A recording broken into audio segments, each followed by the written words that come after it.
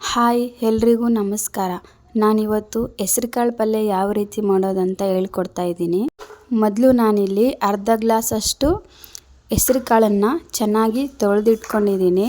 ತೊಳೆದು ಅದಕ್ಕೆ 2 ಗ್ಲಾಸಷ್ಟು ನೀರು ಹಾಕಿ ರಾತ್ರಿ ಪೂರ್ತಿ ಅದನ್ನು ನೆನೆಸಿಡಿ. ಚೆನ್ನಾಗಿ ತೊಳ್ಕೊಂಡು ಅದನ್ನು ನೀರು ಹಾಕ್ಬಿಟ್ಟು ರಾತ್ರಿ ಪೂರ್ತಿ ನೆನೆಸಿಡಿ.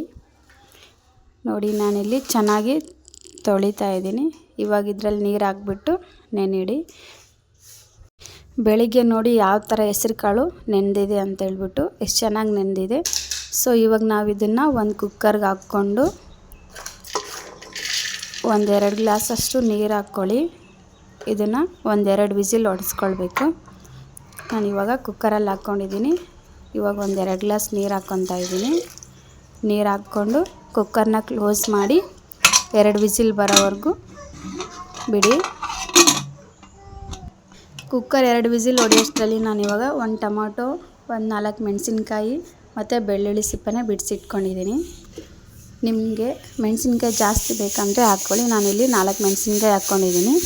ಇವಾಗ ಒಂದು ಪಾತ್ರೆಯಲ್ಲಿ 4 ಸ್ಪೂನಷ್ಟು ಎಣ್ಣೆ ಹಾಕ್ಕೊತಾ ಇದ್ದೀನಿ.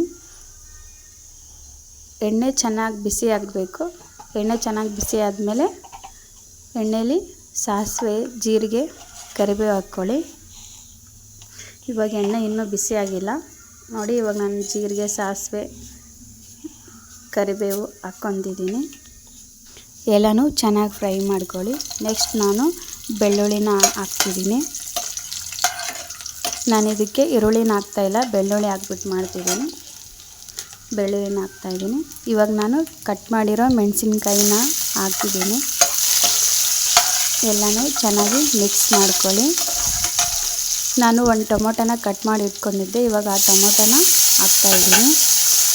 ಮತ್ತು ಎಲ್ಲನೂ ಚೆನ್ನಾಗಿ ಮಿಕ್ಸ್ ಮಾಡಿ ಫ್ರೈ ಮಾಡ್ಕೊಳ್ಳಿ. ನೋಡ್ತಾ ಇರ್ತೀನಿ, ಎಲ್ಲನೂ ಚೆನ್ನಾಗಿ ಫ್ರೈ ಆಗ್ತಾಯಿದೆ. ಇವಾಗ ನಾನು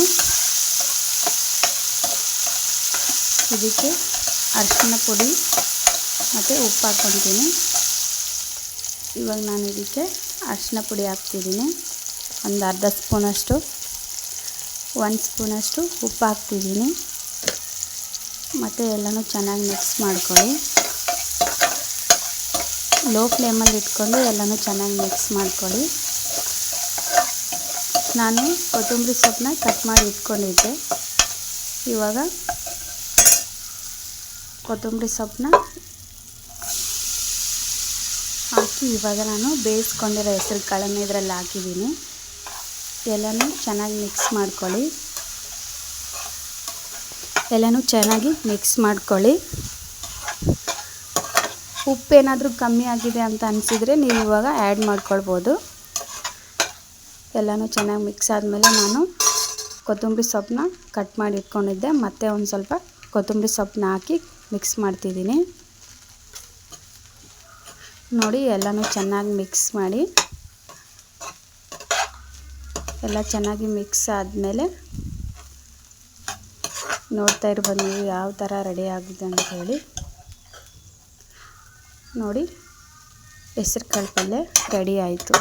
ಸಿಂಪಲ್ಲಾಗಿ ಈ ಥರ ಹೆಸರುಕಾಳು ಪಲ್ಯ ಮಾಡ್ಕೊಳ್ಳಿ, ತುಂಬ ಚೆನ್ನಾಗಿರುತ್ತೆ.